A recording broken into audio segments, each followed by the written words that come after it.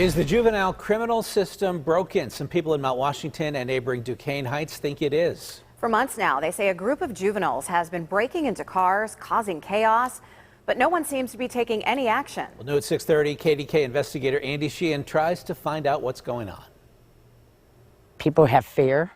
People, they don't want to come outside no more. We don't have the community that we used to have.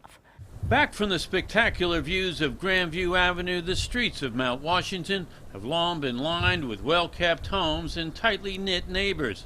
But in the past 6 or 7 months, folks here say they've been terrorized nightly by a small group of teenagers breaking into cars and committing other crimes. They're taking money, they're taking credit cards, they've taken guns. There has been guns in these cars. Car break-ins, stolen cars, 2 shooting incidents.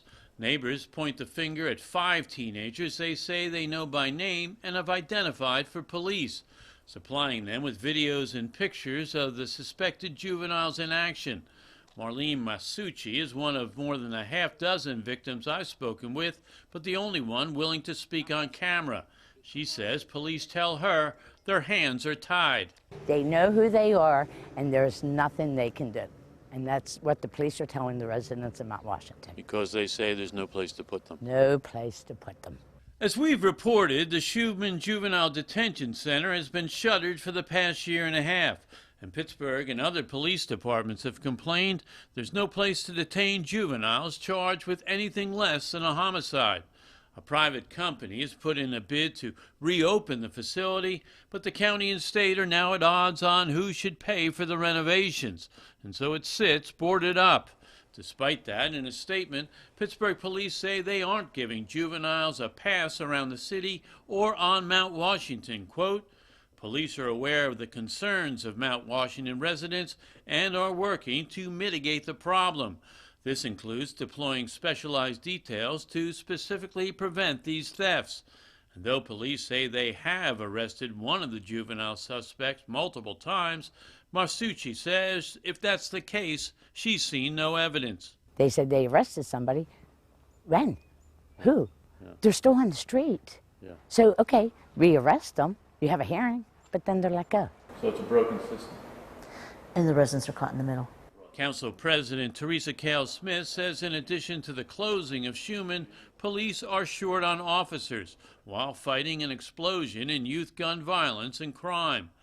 Non-homicide juvenile arrests in Allegheny County jumped 21% last year from 498 to 607, with the biggest increase in assaults and felony gun and theft charges. But Cale-Smith says despite the burden, police need to tackle the situation on the Mount. They have the evidence. They have a lot of people talking about it, a lot of people reporting. It seems to me that this is an issue that needs addressed. And I did escalate it up to the mayor's office so that they know that there's some concerns here. But for now, Masucci says the juveniles have no fear. In fact, just a few nights ago, she says she confronted 2 breaking into a car. You know what they did? Gave me the finger and laughed at me and just kept doing what they wanted to do. And I'm like, you know what? It's going to stop. But even if police do make the arrest, there is virtually no place to detain the juveniles. Currently, there are only 14 juvenile detention beds in all of southwestern Pennsylvania, and that won't change until there's some agreement on Sheehan. Andy Sheehan, KDKA News.